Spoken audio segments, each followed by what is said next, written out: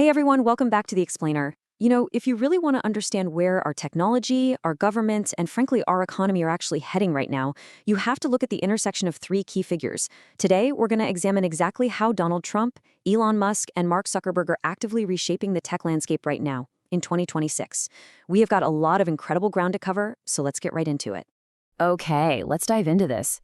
If the last couple of years were totally defined by wild speculation and experimental chatbot hype, well, early 2026 has officially been dubbed the year of truth. We've moved past that novelty phase.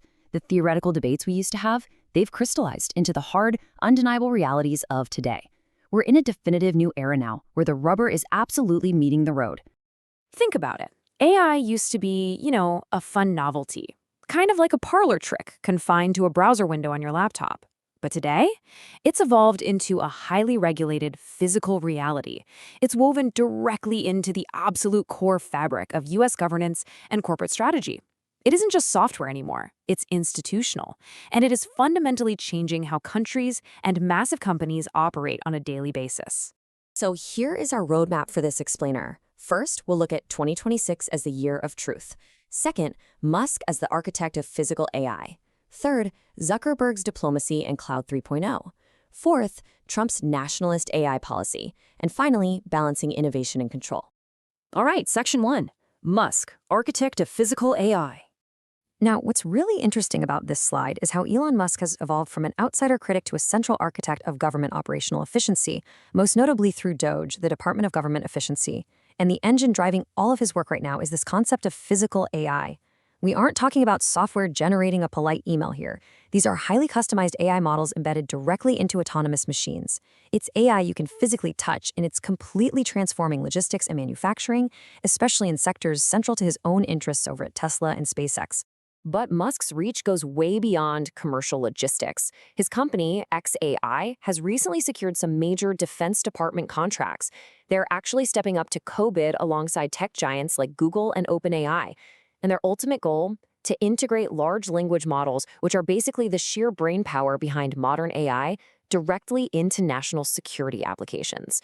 It is actively ushering in an era of what we call militarized AI. And this brilliantly illustrates a really fascinating paradox.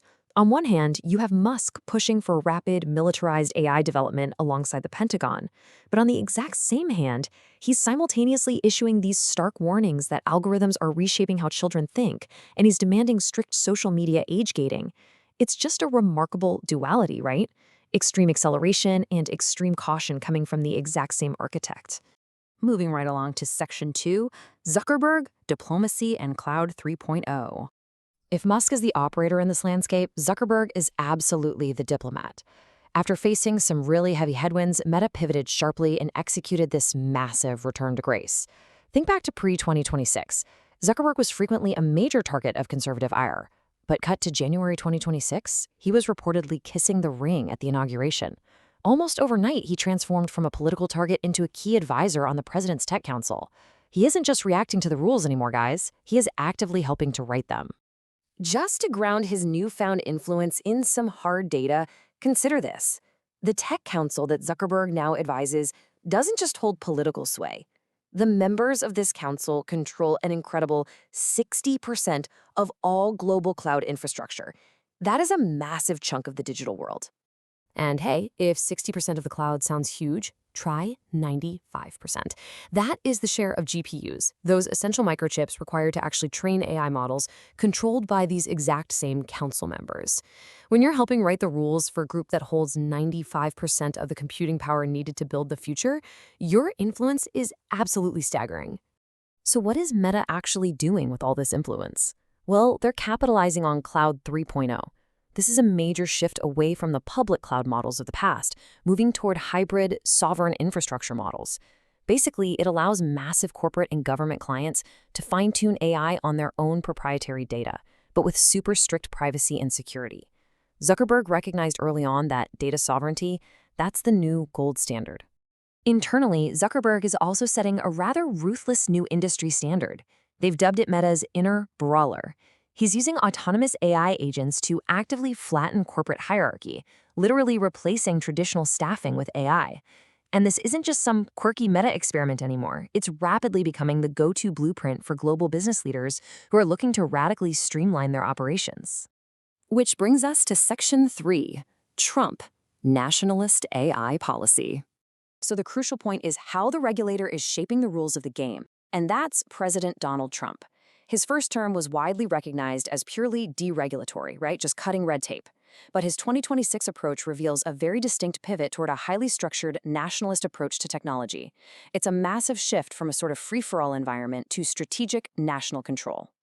And this structured approach really crystallized in March 2026, when the White House released the National AI Policy Framework.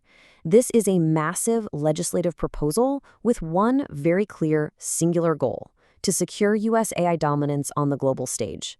Fundamentally, it's all about cementing the nation's geopolitical advantage in the tech space. Let's look at what this framework actually does in practice. While it certainly favors the industry giants who already have seats at the table, it represents a historic about-face in policy. The government is now looking at mandates that require powerful new AI models to undergo strict government vetting before they can be released to the public. This immediately impacts highly advanced cutting-edge systems, like Anthropic's Mythos model, for example. The government is officially stepping in as the ultimate gatekeeper here. Let's move to and see how this builds into Section 4, Balancing Innovation and Control.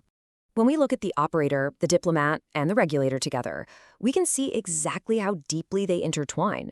You've got Musk driving militarized AI and DoD logistics, Zuckerberg championing data sovereignty and AI staffing, and Trump implementing a national AI framework highly focused on dominance and vetting.